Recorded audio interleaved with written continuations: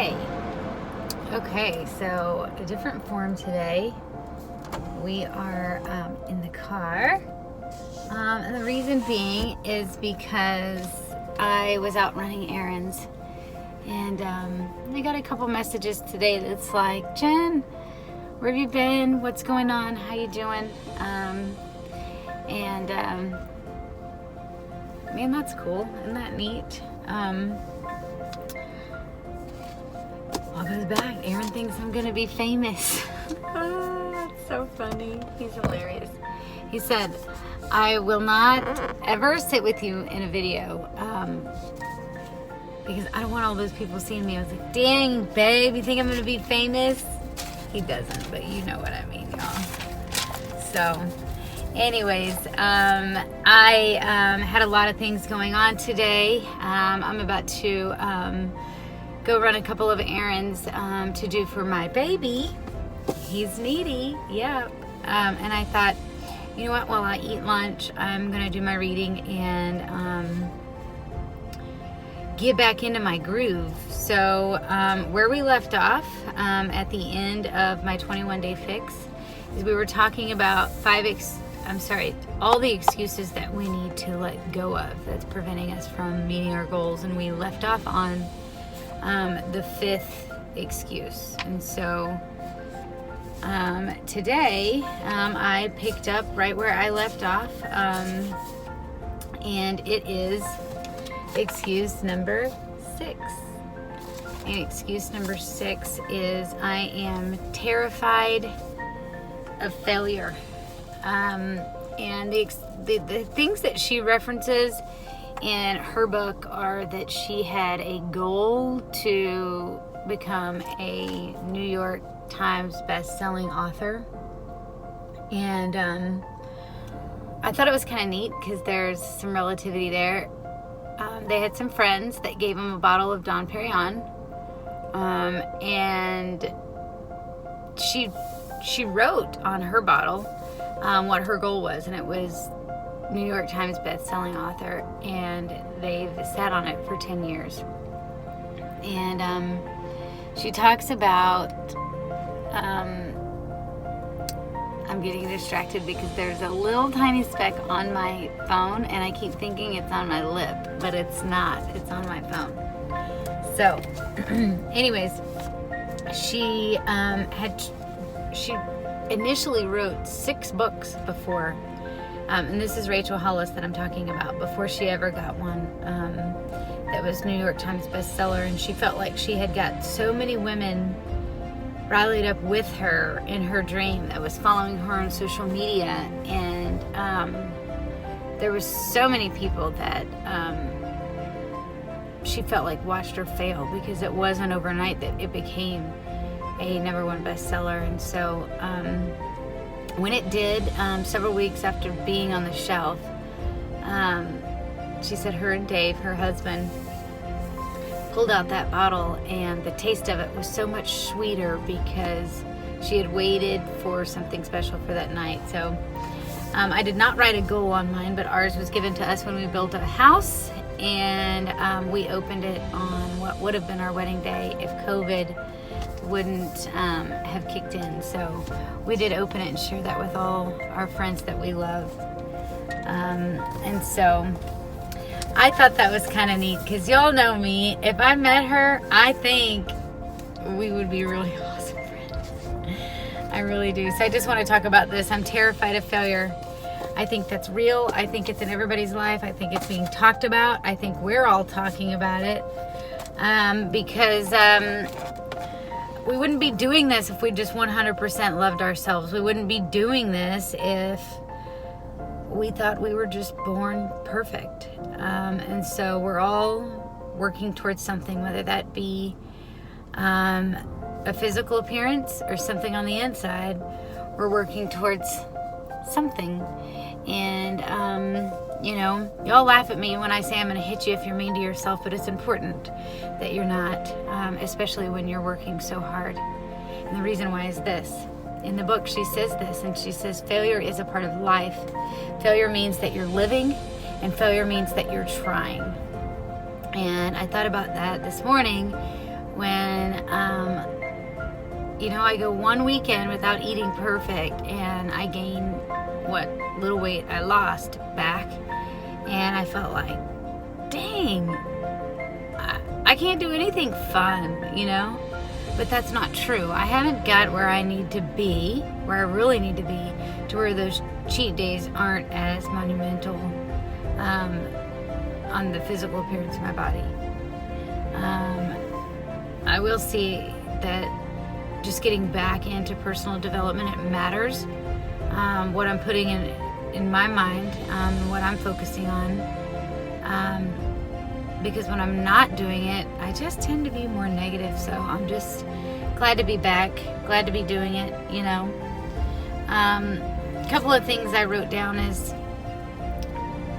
she's talking about the things that we're setting for ourselves. And every single one of us has a different life and a different view of what we think our life is going to be and what it is that we dream for ourselves. And she says, you have dreams, I know you do. I also know that many of you have held back because you're afraid that others will see you stumble. And I think that we get discouraged when we think people are looking at us.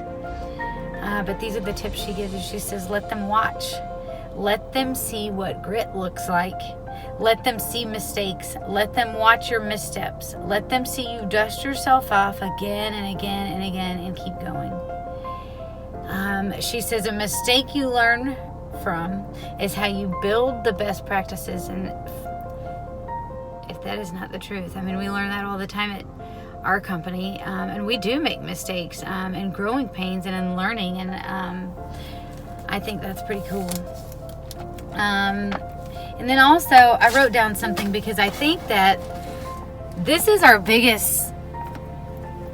lie we tell ourselves, is we think that if we start working towards something that it should come easily, that it should come overnight. And let me just tell you, I don't have abs today, and I know I've been working out for the last 28 days. I have not missed a single day. I have not had a single Dr. Pepper. I have had nuggets. I don't know. We're not talking about that. No, I'm just kidding. I've changed a lot of things in my life, and I still don't have abs. And I think that the misconception is just that if it comes easily, then it was meant to be. That everything fell in line, and that's why I'm deserving of it. It was luck, or it was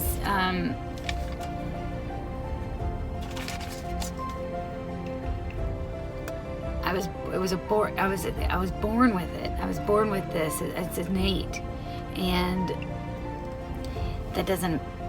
I don't know that I agree with that.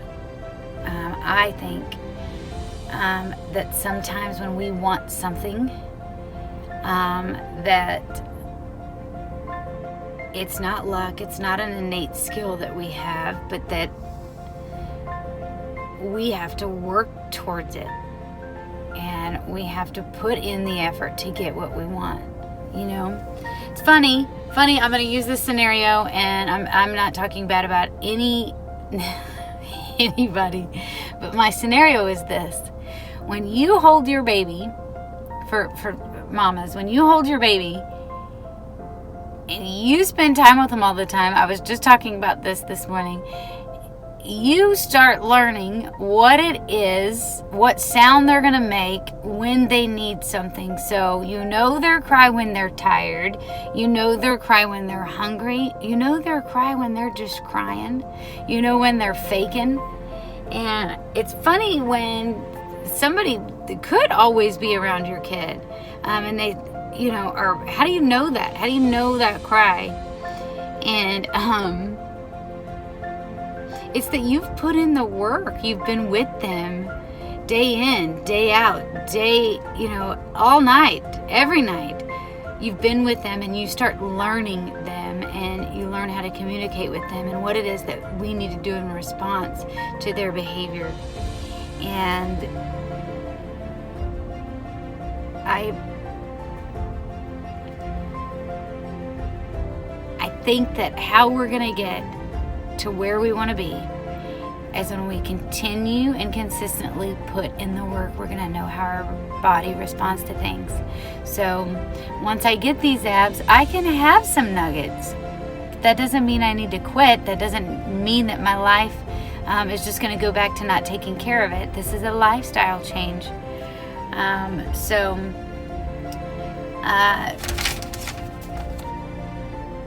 Just want to finish my thoughts in just that, is that had any of the goals that we set for ourselves, had anything happened for Rachel Hollis, had any of it happened quickly or easily, she might have associated with the winds of luck or innate skill. She says, battling through hardship to get here means that I have absolute certainty in this truth, that I can achieve anything if I'm willing to work for it. Not because I'm especially gifted, but because I'm especially dedicated. And,